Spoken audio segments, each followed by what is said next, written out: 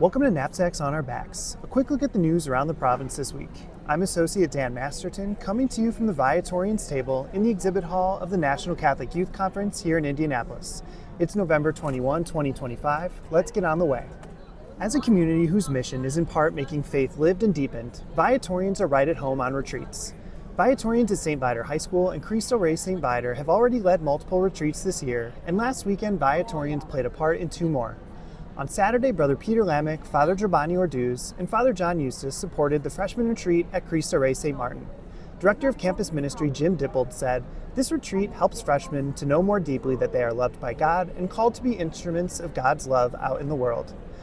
Those three Viatorians teamed up to give a talk on our community, and Father Giovanni celebrated Mass for the freshmen and their families. He said, "I shared a bit of my journey, both in the U.S. and Colombia, and played guitar to help with our prayer. By our accompaniment, we can model for the students that we are people consecrated to live a life of prayer and ministry as a complement to who each of us are." Over the weekend, Maternity of the Blessed Virgin Mary Church had a quest retreat. Freshmen and sophomores attend, led by juniors and seniors, with adult support, including from a few grown-ups who went on this retreat as teens.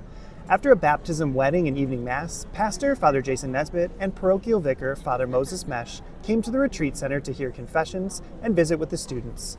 On Sunday morning, the Quest group returned to the parish to serve the ministries at the 11 a.m. youth-led liturgy and join their families for brunch. Coordinator of Viatorian Youth Ministry Amanda Fierce said, "These kids were so focused in preparing. They were going above and beyond in many ways. I hope this is all a starting point for re-engaging people in their lives of faith and in the parish." Read the whole story at Viatorians.com.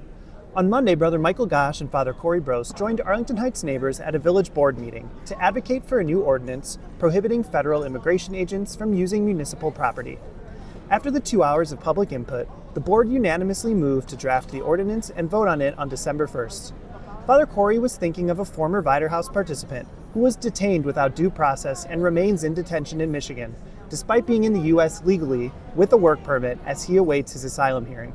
Father Corey said, "I spoke on his behalf and give support for this ordinance because of my firsthand experience of knowing this man, speaking with him every day, and knowing the lawlessness he escaped in Venezuela, but now must face here in the U.S."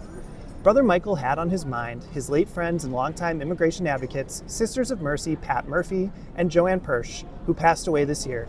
Brother Michael said, "This is a small victory and one that made me think of Pat and Joanne." Read the whole story on Viatorians.com.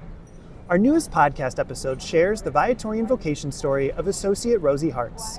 At the Viatorian General Assembly last month, Rosie was one of 6 Viatorians invited to give such a talk to the full assembly. We recorded Rosie's presentation and shared it as episode 100 of Viatorian Voices.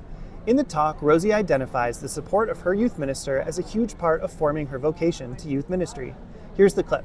My youth minister always showed up for me. I will always remember at my high school graduation asking her, "Why are you here? Do you know somebody graduating?" And she said, "I'm here for you."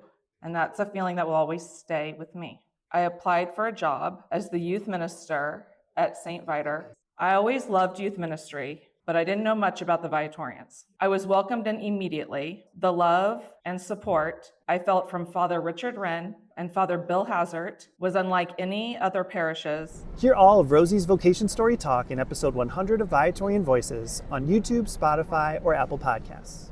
Quick shout out to St. Viator Parish and its music ministry for their Let There Be Praise event last weekend. Congratulations to the many music ministers who took part in ministering with their community. Stick around afterwards for a quick Between the Lines bonus segment. All for now, until next time, Venerable Louis Curbs, inspire us. St. Viator, pray for us. Adored and loved be Jesus. Greetings from rainy Bourbonnais, where I've got a little Between the Lines story for you. I have a friend in ministry who says you have to crawl, walk, run. When starting something new or fixing something up in a major way, you can't get too frozen or hesitant.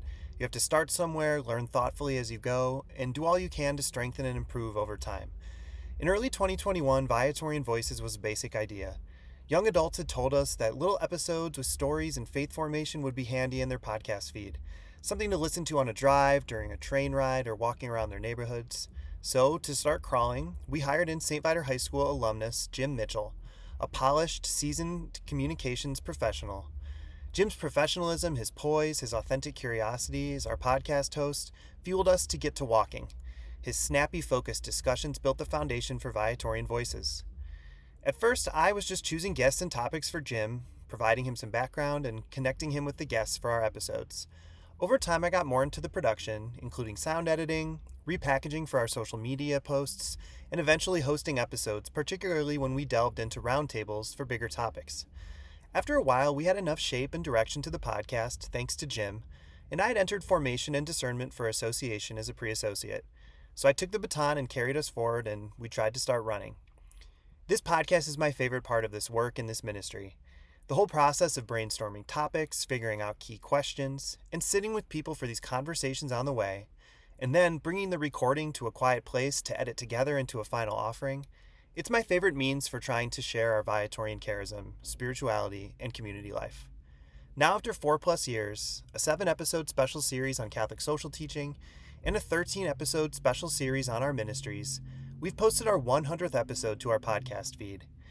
In my computer, ever since the beginning of Viatorian Voices, I'd always numbered our episode files with leading zeros, episode 001 or episode 054, with the thought that maybe someday we'd cross 100 episodes, and now we have.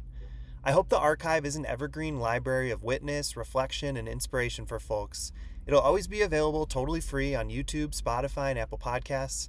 And I just want to say thanks to all the guests who have shared themselves with us. And I'm going to continue doing my part to keep sharing our Viatorian life with all of you in this way. Thank you.